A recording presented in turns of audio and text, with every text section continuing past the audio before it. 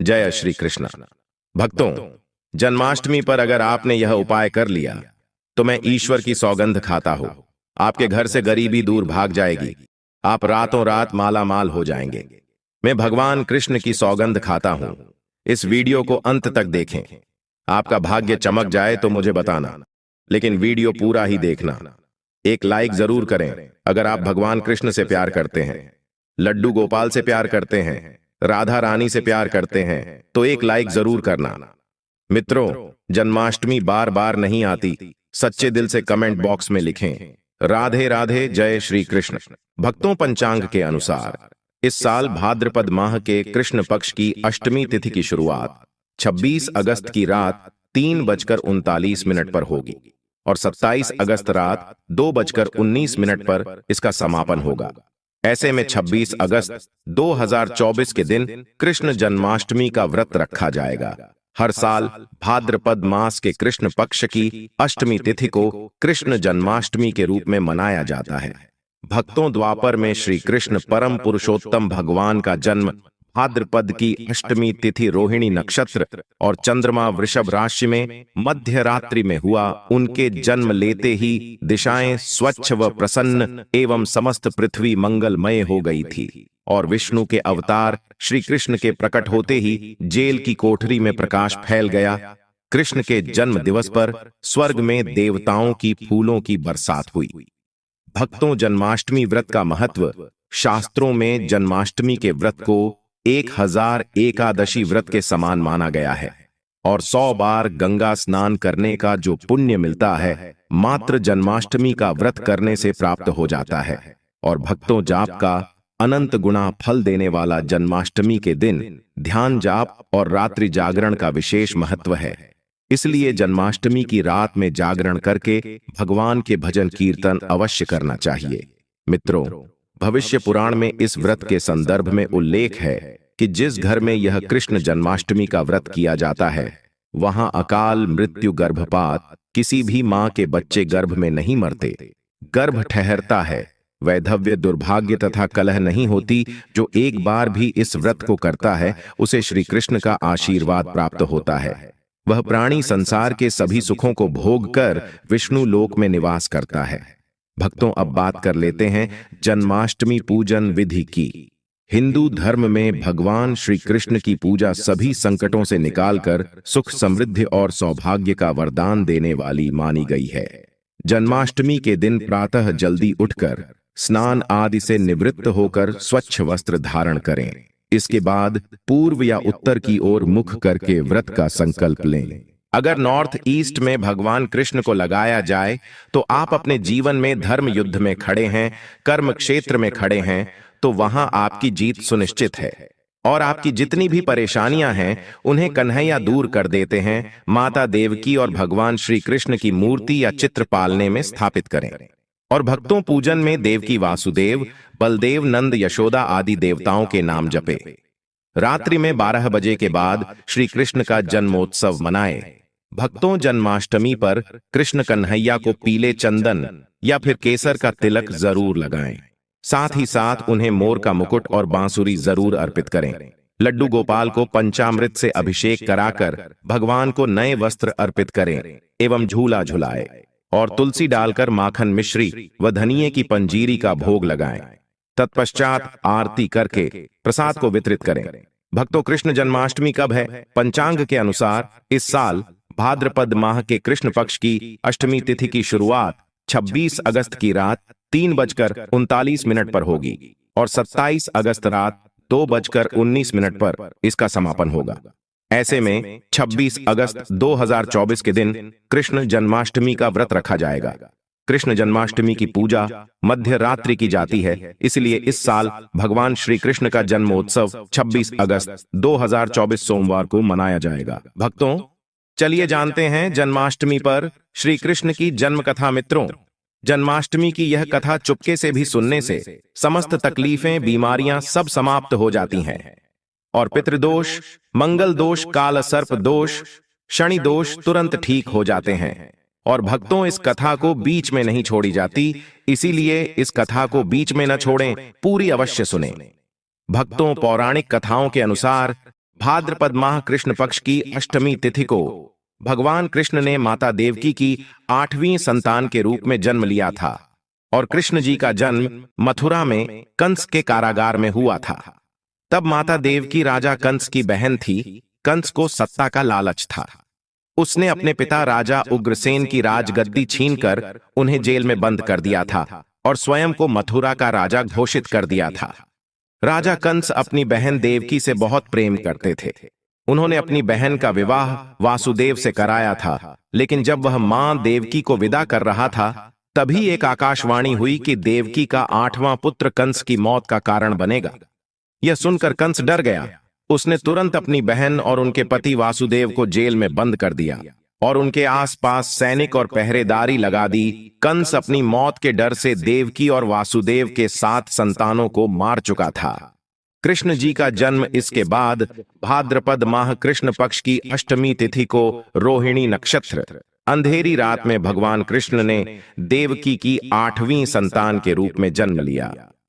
श्री कृष्ण के जन्म लेते ही कोठरी प्रकाश में हो गई और आकाशवाणी हुई कि विष्णु जी ने कृष्ण जी के अवतार में देवकी के यहां जन्म लिया है। उन्हें गोकुल में बाबा नंद के पास छोड़ आए और उनके घर एक कन्या जन्मी है, उसे मथुरा लाकर कंस को सौंप दे। आकाशवाणी सुनते ही वासुदेव के हाथों की बेड़ियां खुल गई। सभी पहरेदार सोने लगे। कान्हा को एक टोकरी में बाल गोपाल को रखकर सिर पर रख लिया और गोकुल की ओर चल पड़े। कान्हा को गोकुल धाम ले जाने में वासुदेव को कई मुसीबतों का सामना करना पड़ा।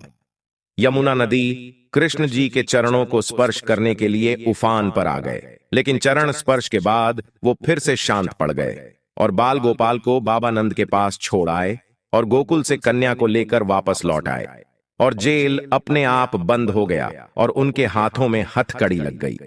तब भक्तों, कन्या के रोने की आवाज सुनते ही सभी पहरेदार उठकर कंस को बताया। तब कंस बंदी गृह आया। वो कन्या को देवकी और वासुदेव की 8वीं कन्या समझ उसे मारने चला, लेकिन वो आकाश में उड़ गई और फिर से आकाशवाणी हुई कि कंस को मारने वाला अब इस दुनिया में पैदा हो चुका है। बाबा नंद और उनकी पत्नी मां यशोदा ने कृष्ण जी का पालन पोषण किया।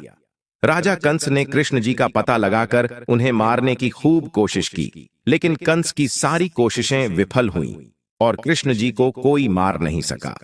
अंत में श्री कृष्ण ने कंस का वध किया, राजा उग्रसेन को फिर मथुरा की राजगद्दी सौंप दी। इस तरह से जन्माष्टमी के व्रत कथा पूरी हुई। भक्तों, आगे बढ़ने से पहले कमेंट बॉक्स में अपनी राशि भी डाल दीजिएगा। यदि हमारे पास कोई उपाय होगा तो वह आकर हम आपके कमेंट का रिप्लाई में बता देंगे। भक्तों, आप जन्माष्टमी पर भूल कर भी ना करें। ये गलतियां तुलसी को लेकर ना करें। ये गलती जन्माष्टमी के दिन भूलकर भी तुलसी की पत्तियां तोड़ने से बचना चाहिए। दरअसल शास्त्रों में कहा गया है कि कृष्ण भगवान विष्णु के अवतार हैं और उन्हें तुलसी अति प्रिय है। ऐसे में इस दिन तुलसी की पत्तियां नहीं तोड़नी चाहिए। जन्माष्टमी से पहले आप तुलसी तोड़कर रख लें। बिना तुलसी के जन्माष्टमी का पर्व अधूरा है।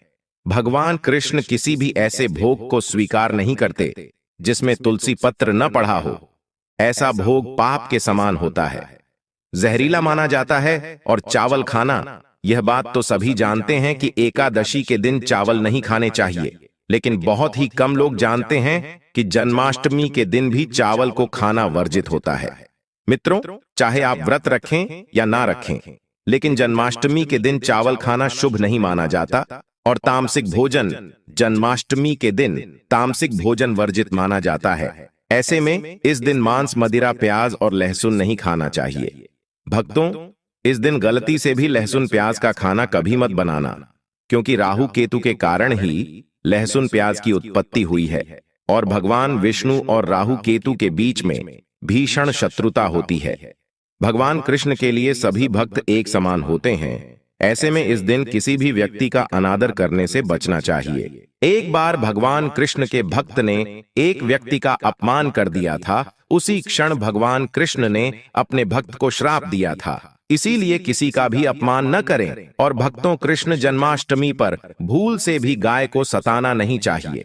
गाय भगवान कृष्ण को बहुत ही प्रिय है, क्योंकि कृष्ण अवतार में उनका पालन पोषण एक ग्वाले के घर में हुआ था।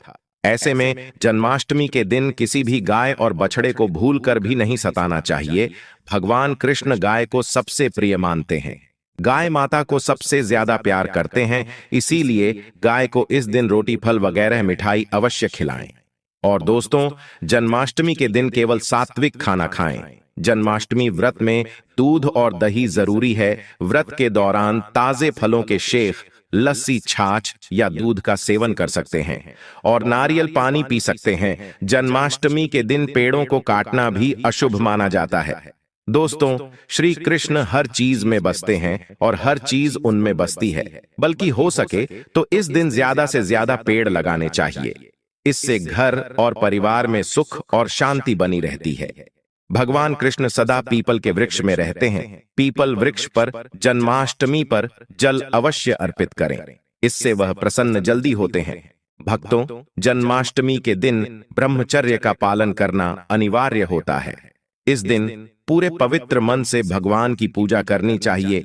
कम से कम इस दिन पत्नी से दूर रहना चाहिए। जो पति पत्नी जन्माष्टमी पर एक दूसरे से दूर रहते और संयम और नियम का पालन करते हैं, तो उन्हें एक सुशील और सुंदर पुत्र की प्राप्ति होती है। और ऐसे बालक का मुख भगवान कृष्ण की तरह होता है और शरीर भगवान कृष्ण की तरह कोमल होता है।